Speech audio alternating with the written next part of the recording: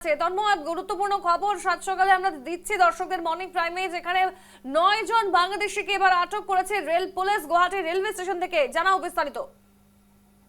দেখো সোনালী, কাল যখন শিলচর দিকে যে ট্রেনটা আসতেছিল শিলচর গুয়াহাটি, তারপর যখন গুয়াহাটি স্টেশনে ট্রেনটা আসার পর যখন জিআরপির যখন যেটা রোজ ডেলিকার যে রুটিন থাকে চেকিং এর, সেই চেকিং এ কিন্তু ওনারা কিন্তু যে প্ল্যাটফর্ম সেই ট্রেন থেকে কিন্তু 9 জন অবৈধ বাংলাদেশি নাগরিককে ওনারা গ্রেফতার করেছেন।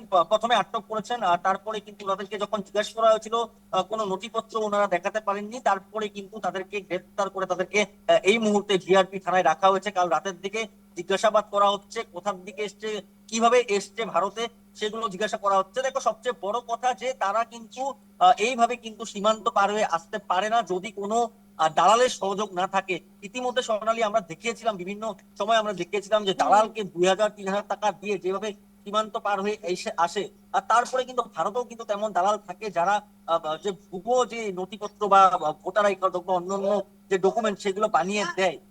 সুতরাং দুই সীমান্তেই কিন্তু দালাল থাকে, আর সেই দালালের সহযোগে কিন্তু এইভাবে কিন্তু বাংলাদেশি নাগরিকরা কিন্তু ভারতে প্রবেশ করে। আর দেখা যায় যে অসমে বিভিন্ন প্রান্তে প্রবেশ করে। আমি যদি শিলচর বলি, আমি যদি বরাক ভ্যালির বিভিন্ন যদি আমি জায়গা বলি বা গুয়াহাটি বলি, বিভিন্ন সময় গুয়াহাটি রেল স্টেশনও কিন্তু দেখা যায় যে বাংলাদেশি নাগরিককে পুলিশে আটক করেছে বা গ্রেপ্তার করেছে। এখন সবচেয়ে বড় কথা, কার সহযোগ এসেছিল এই যে তদন্ত পুলিশ শুরু করেছে কাল থেকে, তাদেরকে জিজ্ঞাসাবাদ করছে, একজন একজন করে জিজ্ঞাসাবাদ করছে। তাদের দিকে হয়তো এই মুহূর্তে জিআরপি হয়তো কিছু তথ্য লাভ করেছে। যেহেতু কাল রাতে ধরেছিল, তাই কাল রাত সারা রাত তো ইন্টারোগেশন করতে পারবে না। তাই আজ সকাল দিকেও কিন্তু এখন দিকে কিন্তু ইন্টারোগেশন শুরু হয়েছে। জিআরপি আধিকারিকরা আসছে একের পর এক, তারা কথা বলছে। আর তাদেরকে একজন একজন করে জিজ্ঞেস করছে, অর্থাৎ একজন একজন করে জিজ্ঞেস করলে সঠিক তথ্যটা পাওয়া যায়। এখন সবচেয়ে বড় কথা, তারা কোথায় যাচ্ছিল, তাদের প্ল্যান কি ছিল, তারা গুয়াহাটিতে কেন এসেছিল বা তারা ভারতে কেন প্রবেশ করেছিল, কি প্ল্যানিং ছিল তাদের, সেই সবকিছু দেখা যাচ্ছে। দেখো, চিকেন নেক নিয়ে বারবার একটা বিতর্ক হয়ে যাচ্ছিল, বাংলাদেশ থেকে বিভিন্ন হুমকি আসছিল চিকেন নেক নিয়ে। তারপরে পশ্চিমবঙ্গ সরকারের উপর কিন্তু ফেন্সিং এর কাজও শুরু হয়ে গেছে। এদিকে আমি যদি মেঘালয়ের কথা বলি, মেঘালয়তেও কিন্তু ফেন্সিং সম্পূর্ণ হয়ে গেছে। কিন্তু তারপরেও ত্রুটিটা কোথায় রয়ে গেছে, কোন দিকটা দিয়ে আসছে, সেটা ত্রিপুরা হতে পারে, আগরতলা হতে পারে, সেখান দিয়ে আসছে কিনা, বা তাদের উদ্দেশ্য কি, কোথায় যাচ্ছে, কাজের কাজের সূত্রে এখানে আসছে বা কাজ খুঁজে আসছে, বা অন্য তাদের কিছু মোটিভ আছে, সেই কথাগুলো এখন গুরুত্বপূর্ণ। অর্থাৎ যে বাংলাদেশি নাগরিককে ধরাটা ঠিক আছে, বা বাংলাদেশের নাগরিককে ধরবে, তাদেরকে ডিটেনশন ক্যাম্পে রাখা হবে, কোর্টে হাজির করা হবে, কিন্তু সবচেয়ে বড় কথা যে ভারতে থেকে কে এই বাংলাদেশি নাগরিককে সাহায্য করছে, দালালকে, বা এই চক্রটা কোথাকার, এই পুরো টিমটাকে বা এই পুরো চক্রটাকে যতক্ষণ অব্দি উৎখাত না করে এই এই এই সমস্যা কিন্তু সমাধান হবে না। দেখো সোনালী,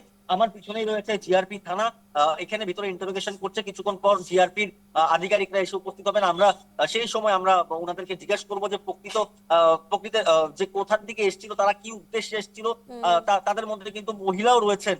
অর্থাৎ দেখো, একটা বিভিন্ন সময় দেখা যায় যে বাংলাদেশ দিকে কিন্তু এসে কিন্তু দিল্লি বা কলকাতা সেই সাইডে গিয়ে কাজের সন্ধানে আসে।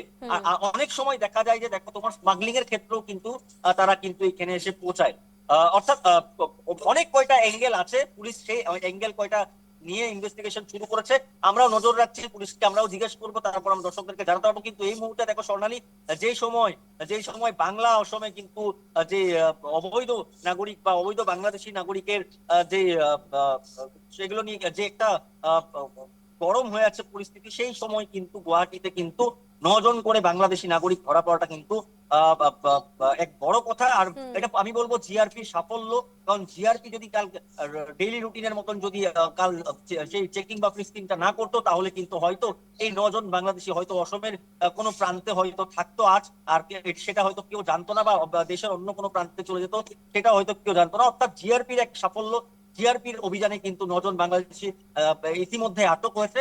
পরবর্তী সময় আমরা আরো বিস্তারিত ভাবে জানাবো যে তাদের উদ্দেশ্য কিছু, তাদের বেশ। মোটিভ কি ছিল, তারা কোথার দিকে কোথায় যাচ্ছিল। স্বর্ণালী, আপাতত তোমায় ধন্যবাদ। পরবর্তীতে আবারও যোগাযোগ করা হবে তোমার সঙ্গে তন্ময়, বিভিন্ন আপডেটের জন্য। অর্থাৎ যেমনটা শুনলেন আপনারা ইতিমধ্যেই, জিআরপি পুলিশ তাদেরকে রাতেই আটক করেছে, বৃহস্পতিবার রাতে, এবং এখনো পর্যন্ত তাদের কিন্তু জেরা চালাচ্ছে পুলিশ।